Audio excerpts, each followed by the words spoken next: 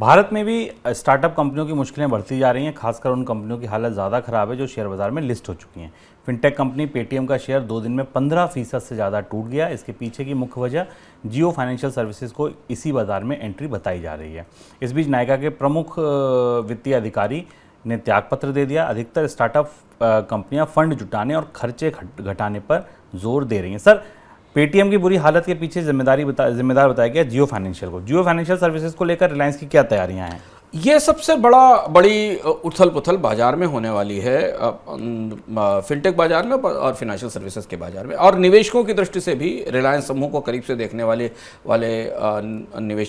निवेशकों की दृष्टि से भी ये बड़ा काम होने वाला है। रिलायंस ने अपनी पिछली बोर्ड मीटिंग में इस बात का संकेत दिया था कि वो अपनी एक और कंपनी को बाजार में सूचीबद्ध कराएगी। शुभम अंदाज लोगों का यह था कि शायद जियो टेलीकॉम बाजार में लिस्ट होगी, लेकिन नहीं।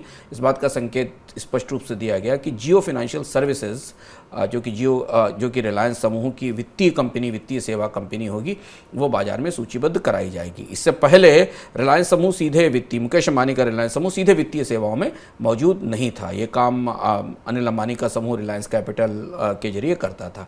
ये माना जा रहा है कि और अभी रिलायंस समूह की केवल एक ही कंपनी बाजार में सूचीबद्ध है। ऐसा माना जा रहा है कि अगर रिलायंस इंडस्ट्रीज की 6.1% स्टेक भी ऑफलोड की जाती है आईपीओ के जरिए और इसे लिस्ट कराया जाता है, तो ये इसकी जो वर्थ है वो करीब करीब 1 लाख करोड़ रुपए के आसपास होगी और ये बाजार की 5वीं सबसे बड़ी फाइनेंशियल सर्विसेज फर्म बनकर आएगी।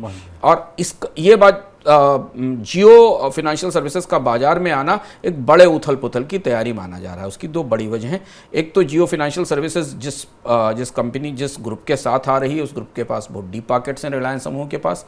दूसरी चीज़ ये कि जो मॉडर्न ऑनलाइन फिनटेक सर्विसेज हैं, उसमें जियो के पास एक अपनी मोबाइल सर्विस है मजबूत। व्हाट्सएप और गूगल के साथ अपने संधियाँ हैं और समझौते हैं, और इसलिए जो ऑनलाइन फिनटेक सर्विस है उसमें जियो के पास किसी भी दूसरी कंपनी की तुलना में, चाहे वो पेटीएम हो या एचडीएफसी बैंक हो या गूगल पे हो या बजाज फाइनेंशियल सर्विसेज हो, इनकी तुलना में सबसे बड़ा बेस, सबसे बड़ी एक्सेस और तकनीकी तौर पर सबसे ज़्यादा तैयारियां रिलायंस समूह के पास हैं, क्योंकि ऑलरेडी मोबाइल फ़ोन सब्सक्राइबर्स का देश का दूसरा सबसे बड़ा बेस उनके पास है।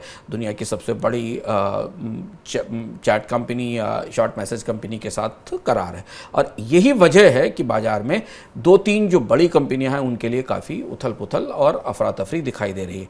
रिलायंस ने भी इसके कार्यक्रम की घोषणा नहीं की है, लेकिन इसे बाजार में सूचीबद्ध कराए जाने की संभावनाओं की रोशनी में financial companies K fintech companies के स्टॉक लड़खड़ाने लगे हैं, डगमगाने लगे हैं, जिसका असर में पेटीएम पे दिखाई दिया। सर, पेटीएम के टूटने के बाद यही एक वजह थी या अपने भी कुछ और कारण हैं? पेटीएम के साथ दूसरे बड़े कारण जो हमने पूरी स्टार्टअप स्टॉक्स के साथ पिछले 1 हफ्ते में देखे हैं, जैसे कि आज एक और खबर आई कि नायका के सीएफओ ने छोड़ा। इससे पहले हमने जोमेटो के प्रबंधन में बड़े इस्तीफों की बात देखी थी। पेटीएम के स्टॉक्स में काफ़ी तीखी और तेज गतिविधियां बाजार में दिखाई दे रही हैं।